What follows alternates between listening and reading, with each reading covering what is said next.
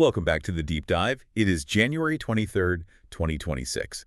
We are settling into the new year, and as we often do on this show, we're taking a moment to look at the forces that, shape the world around us. Usually we're talking about a specific technology or a historical event, maybe a massive corporate merger.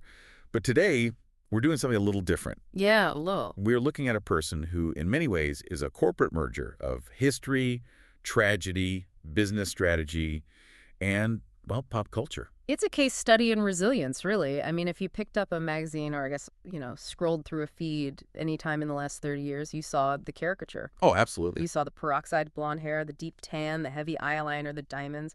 It's very easy to look at Donatella Versace and see a character from a sketch comedy show. Right, the SNL skits, the movies, Maya Rudolph. Mm-hmm. She's such a distinct visual icon that I think the general public has completely lost the plot on who she actually is as an operator. Exactly. The icon eclipses the operator. You see the glamour and you stop asking questions about the profit and loss statements.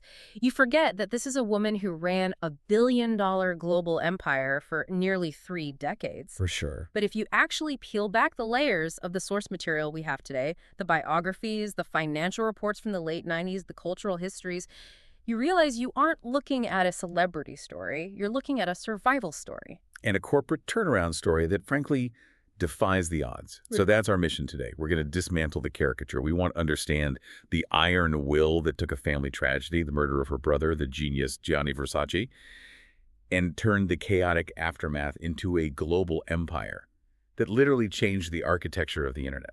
The Google Images origin story, it sounds like an urban legend, but, as we'll get into, it is a documented historical fact. It's wild. We will definitely get into that. But first, we have to set the stage. The timing for this deep dive is intentional. As we record this in early 2026, the fashion world, and honestly the business world at large, is still calibrating after the massive shift that happened last year. The end of the monarchy, essentially. That's what it felt like. Yeah. March 12, 2025. After nearly 28 years running the show, Donatella Versace officially stepped down as CEO. She handed the keys to the castle to Dario Vitale. Which is monumental. I mean, we throw the phrase end of an era around a lot, but this is the genuine article. For almost 3 decades, she wasn't just the face of the brand, she was the operational glue. The one keeping it all together. She kept that company alive through events that would have dissolved most publicly traded companies in a quarter. She held the title until the summer of 2025, ensuring a smooth transition. But the reality is that for the first time in nearly half a century, the daily operations of Versace are not being steered by a Versace. So the core question we're trying to answer today is this. How do you step out of the shadow of a sibling who is considered a generational genius, a Mozart of fashion, and somehow become a legend in your own right? How do you survive what business analysts call the founder's trap? Well, to answer that, you can't start with the murder in Miami. You can't even start with the launch of the brand. Yep. You have to go way, way back. You have to understand the family ecosystem that created her. We have to go to the toe of the boot. Reggio Calabria, Italy. Correct. Born May 2, 1955.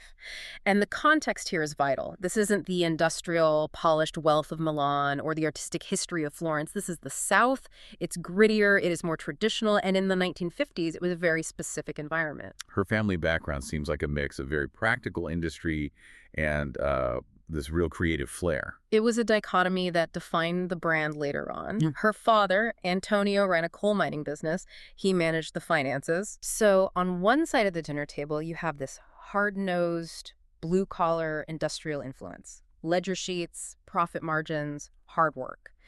But then her mother, Francesca, was a seamstress. And not just as a hobby. Not just a hobby. She opened her own boutique. She was an entrepreneur in her own right. So the fashion DNA and the business DNA was there from the very start. Donatella was the youngest of 4 children. You had Santo, the eldest, Gianni, the middle child, and then there was a sister, Tina. And this is the first data point that I think explains the intense bonding in this family. The tragedy didn't start in 1997. No, not at all. The family lost Tina when she was just 12 years old. Wow. What happened? It was a tetanus infection, just a horrible, horrible thing. She cut her knee at a carnival or something similar, and it was improperly treated. It's a horrific, painful way to die, and it's something that feels so preventable looking back. Oh, absolutely. But you have to imagine the psychological blast radius of that event on a family. Losing a child, a sibling, at that age. Mm. It changes the chemistry of the house forever. Completely. When you study family dynamics in business dynasties, you often see this pattern. A tragic loss early on creates a siege mentality among survivors. It becomes us against the world. Right. It bonded Gianni and Donatella in a way that went beyond normal sibling rivalry or affection. It created a dependency, a need to protect each other, and a need to live life vividly because they knew how fragile it was. The sources describe their relationship as almost symbiotic. Mm-hmm. But looking at the early anecdotes, it feels a little more complex than just closeness. It feels almost like she was his project. That is the perfect phrasing. She was his canvas. There's this foundational anecdote that comes up in every biography because it's so revealing of their future dynamic. Donatello was 11 years old. Just a kid. Just a kid. Johnny was a teenager, and he was obsessed with the Italian singer Patti Pravo. Who was Patti Pravo in the context of Italian pop culture? I'm not familiar. She was the cool girl of the era. They called her the Iron Doll. She was very blonde, very distinctive, very rebellious, a real style icon. Gianni, at a very young age, effectively convinced or, instructed Donatella to dye her hair blonde to look like Patti Pravo. At 11 years old. At 11. And she has been a blonde ever since. That is wild to me. From a modern parenting perspective, that's a lot to process. But from a branding perspective, it's fascinating. He was molding her image before he even had a company. He was creating the Donatella character. Precisely. She was his muse before she was his business partner. And I think that explains why she was able to take over later, even when the critics said she couldn't. She wasn't just an employee hired to do a job. No, she was part of the DNA. She was a creation of the founder. She embodied the aesthetic he was trying to sell because he literally designed her look. She was the prototype for the Versace woman. Audacious, blonde, visible. But she didn't just coast on being the muse, did she? I was surprised to see in the research that she actually tried to pivot away from fashion initially. She didn't just walk into the shop. No, she wanted to carve her own path. In the mid-70s, she went to the University of Florence. She was studying literature and languages. She wanted to be an intellectual. Really? Yeah, she wanted a life outside of Gianni's orbit, perhaps sensing that his orbit would consume her if she let it. But the gravitational pull was too strong? It was inevitable. Even while she was studying, she was spending her weekends commuting all the way to Milan to help him. Wow, that's a long commute. It is, and at that time, Gianni wasn't Versace yet. He was working as a contract designer for other labels, specifically a brand called Callahan. Donatella was there, offering critiques, helping with styling, acting as a sounding board. And her mother, Francesca, who we should note was a dressmaker herself, was not happy about this. Not at all. Francesca was the pragmatic one. She knew how hard the fashion trade was. She knew how fickle it could be. Sure. She wanted Donatella to get a degree, to have stability. There are stories of Francesca making surprise visits to Florence to check Donatella's dorm room, literally inspecting the premises to make sure she wasn't sneaking off to do fashion stuff with Gianni. That is such a relatable, strict parent move. I'm just checking your attendance record. Totally. But Donatella's resolve was already there. She's quoted later saying, "I knew I was going to work in fashion. I really didn't think of nothing else." So in 1976, she packs it up. Quit school. Abandons the academic path, joins Gianni and Santo in Milan, and the trio is officially formed. The holy trinity of the brand. Exactly. Santo is the brains, the numbers, the logistics. Gianni is the soul, the creative genius. And Donatella is well, that's the question. What was she? The spark, the editor, the new director. That's a good way to put it. The Versace brand launches in 1978, and right out of the gate, Donatella is named vice president. Now stop there. In a lot of family businesses, vice president for the little sister is a vanity title. It means, we need to give you a salary in an office, but please don't touch anything important. Was that the case here? That is the assumption, but the record suggests otherwise. She wasn't getting coffee. She was collaborating on all projects, styling, creating the brand image, designing the brand's accessories, shoes, handbags. So real input. Real tangible input. You have to remember, Gianni was a whirlwind of creativity. He was prolific. He needed someone he trusted implicitly to filter his ideas. She was the filter. She was the one who could say, "Gianni, that is too much," or "Gianni, that isn't enough." There's a story about the headquarters that implies he trusted her judgment with the company's money, not just its fabrics. This was in 1982. The Palazzo at Via Gesù 12. This became the iconic headquarters of Versace in Milan. It is a massive, historic property. I've seen pictures. It's incredible. It is. When it came up for auction, Gianni didn't go. He sent Donatella. He trusted her taste and her ability to bid enough to secure the physical home of the brand. That is a significant amount of operational trust to place in your younger sister. A huge vote of confidence. And then we see the first formal passing of the torch, or at least the sharing of it, the versus line. This feels like a pivotal moment in her development as an executive. It was her testing ground. This is 1989. For those who don't know fashion history, the late 80s and early 90s were the era of the diffusion line. Right, the more accessible lines. DKNY for Donna Karan, Armani Exchange. Exactly. High fashion brands realized they needed cheaper entry points for younger consumers. You can't sell a $10,000 gown to everyone, but you can sell a $200 t-shirt. So Gianni launches Versus. It's rock and roll, it's younger, it's edgier. And he hands it to Donatella. He gifts it to her. He says, "This is yours. You are the creative director here." And famously, he gave her a yellow diamond ring to mark the occasion. Because a card wasn't enough. It's Versace. It has to be a diamond. But structurally, this was critical. It proved she could lead a design team, manage a budget, and deliver a collection that had her own voice, distinct from Gianni's, but complementary. It showed she could run a P&L. That experience became critical way sooner than anyone wanted. We have to talk about 1996, the cancer scare. Yeah. This is something I feel like is often left out of the biopics because the murder is so dramatic. But from a business perspective, this was the dress rehearsal for the succession. Absolutely. In 1996 and early 1997, Gianni was battling cancer of the left ear. It was a rare form, and the treatment was brutal. He was incapacitated for stretches of time. During that period, Donatella effectively took over decision-making for the entire Versace brand. She was running the meetings, she was approving the design, she was keeping the machine moving. So in a grim way, they had a dry run.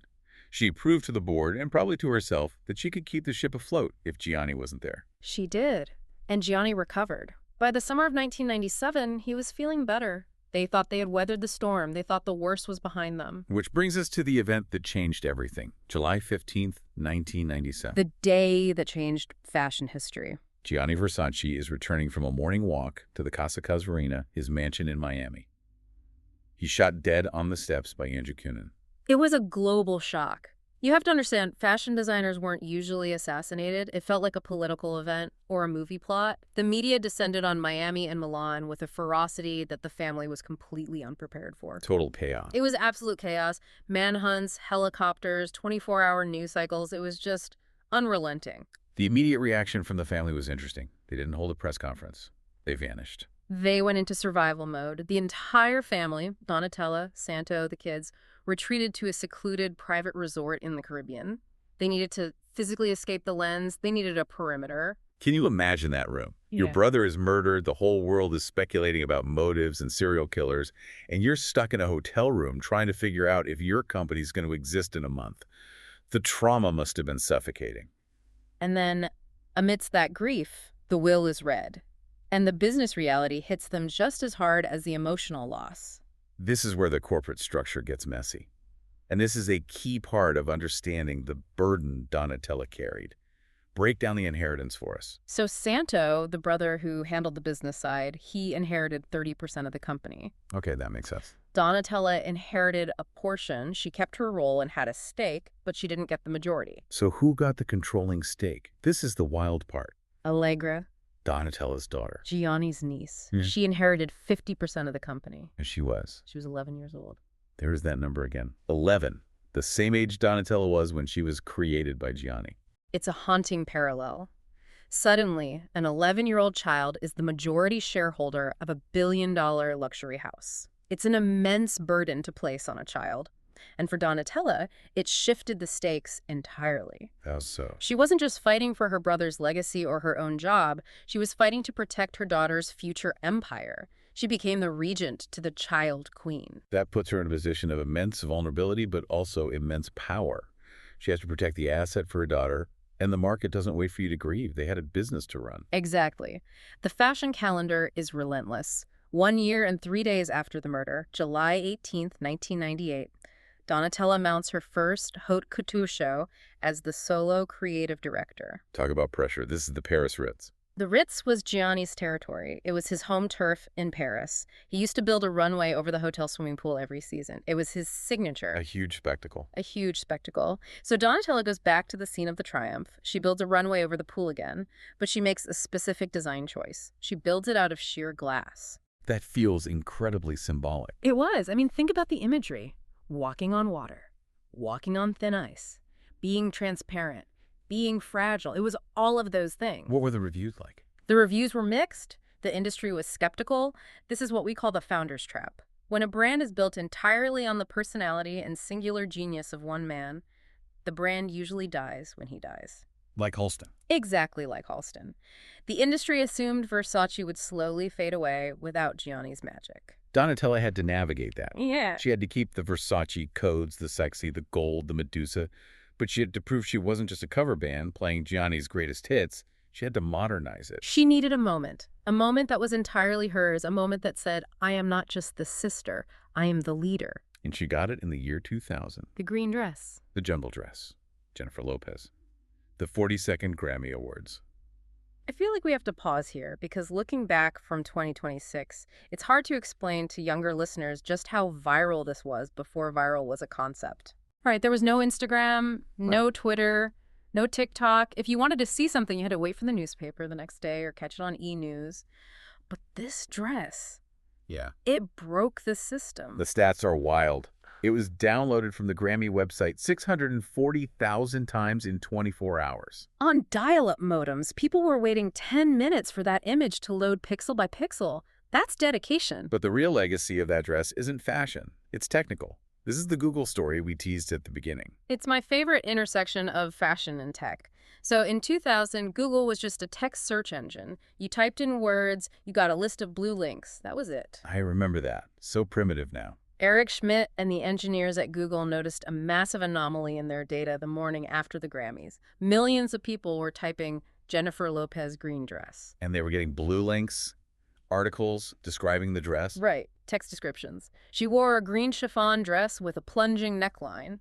That isn't what the user wanted. The user wanted to see the dress. Of course. The engineers realized their product was failing the user intent. They said, we need a way to serve images directly. So they built Google Images. They built Google Images specifically because of Donatella Versace's design. That is mind-blowing. Every time I search for a chart for work or a meme or a picture of a cat, technically I have Donatella and J-Lo to thank. Fashion drives technology. It always has. The jacquard loom led to the computer punch card. The jungle dress led to visual search. It proved that Donatella understood the visual language of the new millennium better than the tech guys did. And J-Lo actually wore it again, right? Just to prove the point. She did. In 2019, nearly 20 years later, she closed the Versace show in Milan wearing a reimagined version of the dress, and the reaction was just as huge. It proved the staying power of that moment. That speaks to Donatella's specific strategy. Gianni was about high art and supermodels. Donatella pivoted. She realized that the culture was shifting. She pivoted the brand to pop culture. Gianni loved supermodels. He helped create the phenomenon in the 90s. But Donatella brought in the musicians. She realized that pop stars had a bigger reach, a more visceral connection with the audience. That's a smart business move. She courted Madonna, Lady Gaga, Beyoncé, Nicki Minaj. She understood that a dress on a runway is news for a day, but a dress on a pop star is a legend forever. She leaned into the camp of it all. She didn't take herself too seriously, or at least she pretended not to. I remember the Lady Gaga song Donatella on the Art Pop album. The lyrics are hilarious. They're so good. I'm so fab. Check out, I'm blonde, I'm skinny, I'm rich, and I'm a little bit of a bitch. And Donatella loved it. Most CEOs of heritage luxury brands think Chanel or Dior would be horrified to be called a bitch in a pop song. They would send a cease and desist. Right. Donatella said, turn it up. She embraced the caricature. She made a cameo in Zoolander. She let Maya Rudolph parody her on SNL. Yeah, it makes her approachable. It makes the brand feel alive, not like a museum piece. But she does have her limits. She is willing to play the character, but she is very, very protective of the truth of the trauma. Oh, how so? When American Crime Story came out, the season about the assassination, she was very critical. Penelope Cruz played her, and honestly, Cruz was fantastic. She captured the voice, the mannerisms. Oh, that was a great performance. It was. But Donatella called out the authenticity. Specifically, the scenes depicting her grieving process. The show had scenes of her alone or reacting in certain ways, and she came out and said, no, I was with Madonna when I found out. That is not how it happened. She wants to control the narrative of the pain, even if she lets the world laugh at the persona. Which is fair. That is her life. But professionally, she was willing to do shocking things to keep the brand relevant, Look at 2015. She appeared in an ad campaign for Givenchy. That was weird. Givenchy is a competitor, a direct rival in the luxury space. It doesn't happen. It was unheard of. It's like the CEO of Pepsi appearing in a Coke commercial. But Riccardo Tisci, who was the creative director at Givenchy at the time, was a friend. She did it to support him. Whoa. But it also signaled her confidence. She was basically saying, I am bigger than brand rivalries. I am Donatella. I can go where I want. Let's talk about the business expansion. Because while she was hanging out with Lady Gaga, she was also diversifying the revenue streams. This wasn't just about selling dresses. No, not at all. She developed the lifestyle strategy. She realized before many others that Versace isn't just a garment. It's a vibe. It's an aesthetic. It's an attitude. Right. And if you can win the aesthetic, why can't you sleep in it? Enter the hotels. Palazzo Versace. The first one opened on the Gold Coast in Australia in 2000, then Dubai in 2016. These aren't just hotels with a logo on the door. They are designed down to the last cushion, the last tile, by the Versace team. It's total immersion. And high margin. It spreads the brand equity into real estate. It makes the brand tangible. She even did cars, the Mini Cooper for the Life Ball. I am picturing a Mini Cooper covered in Medusa heads. It was fairly loud, yes. You wouldn't lose it in a parking lot. Yeah. But her design philosophy explains all of this. She has this quote that I think is the key to her survival in the digital age. She said, I don't look at the clothes with my eyes. I look through images, a picture, or a video. That sounds almost prophetic, saying that before social media. She said this before Instagram and TikTok took over the world. She understood that in the modern era, clothes need to read on a screen. They need to pop in a thumbnail. If it's too subtle, it disappears on the feed. So true. That visual-first approach is why Versace survived the transition to the digital age so much better than, say, some of the quieter, more intellectual brands. She was designing for the iPhone before the iPhone existed. And the industry recognized that resilience. The trophy cabinet is full. It is exhaustive. Bambi Award in 2004, Glamour Woman of the Year 2010, Fashion Icon from the British Fashion Council in 2017. And interestingly, she was the first woman named Designer of the Year at the GQ Men of the Year Awards in 2018. That was a glass ceiling moment. But despite the awards and the hotels and the J-Lo moments, it wasn't a victory lap the whole time. We have to talk about the cost, because the iron will came with a price tag. The personal toll was incredibly high. We see the armor, the tan, the hair, the diamonds. That look is a shield. But underneath that, she was struggling. What did the sources say about that struggle? She battled a severe cocaine addiction for 18 years. 18 years. That timeline is staggering. That covers the height of the brand, the murder, the takeover, the stock struggles, everything. She was navigating all of that while in the throes of addiction. Think about the functional capability required to run a billion-dollar public company while dealing with that level of chemical dependency.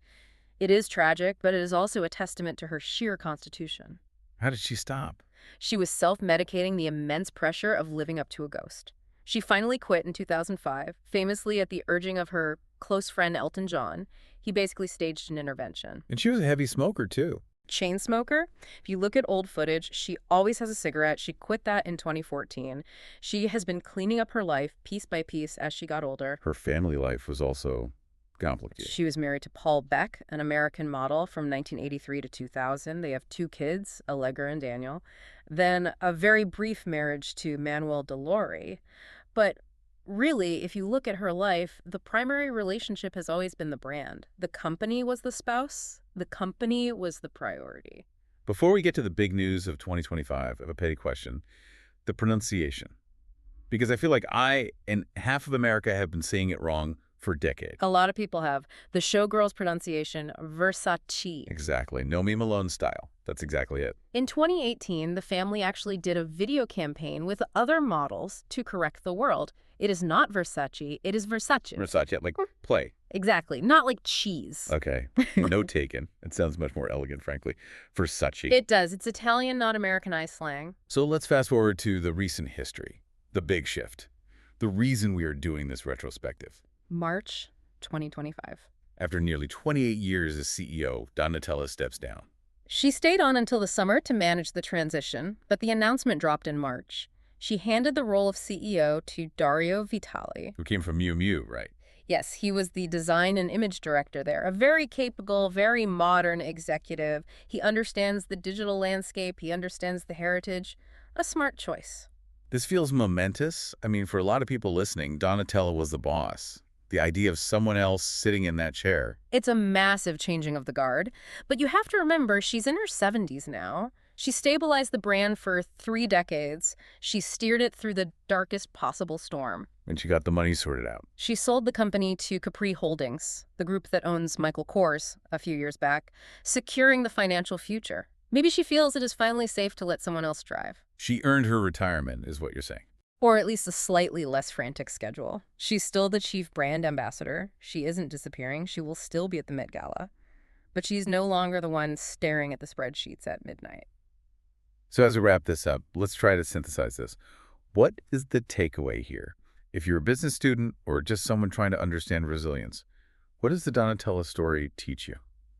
I think the takeaway is that Donatella Versace is one of the most underestimated business leaders of the last 50 years. Because of the image. Because of the image and because of the gender and because she was the little sister, the world wanted to write her off as the tragic heir who would crash the Ferrari. They expected her to fail. But look at the facts. She didn't just inherit a brand, she saved it. She took a house that was built on the singular genius of her brother, and she transformed it into a modern global powerhouse that understands celebrity and technology better than almost anyone else. She survived the murder. She survived the media scrutiny. She survived the addiction. She survived the changing trends. And she did it all in 6-inch heels. The iron will we talked about at the beginning, it's real. It is undeniable, and I think that connection to the internet, the green dress moment, is the perfect symbol. She is the bridge. She's the bridge between the old world of high fashion couture, the ateliers, the sketches, the exclusivity, and the new world of digital virality, influencers, and global reach. She walked that bridge alone, carrying the weight of her brother's ghost. So here's the provocative thought to leave you with today. We're now in 2026. Dario Vitale is running the show. The brand has moved to non-family leadership. The stock is owned by a conglomerate. The big question. Can a house like Versace, which was built so specifically on the cult of personality first Gianni, then Donatella, survive without a Versace at the helm? Does the soul of the brand leave with the family? We've seen other brands become zombie corporations, just logos without a heartbeat. That is the billion-dollar question. Can you bottle that lightning? Can corporate structure replace family blood? Or does the magic fade when the creator steps away? We will have to watch and see. Donatella, if you're listening, thank you for the Google images. And the drama. And the fashion. Thanks for listening to The Deep Dive. We'll catch you next time.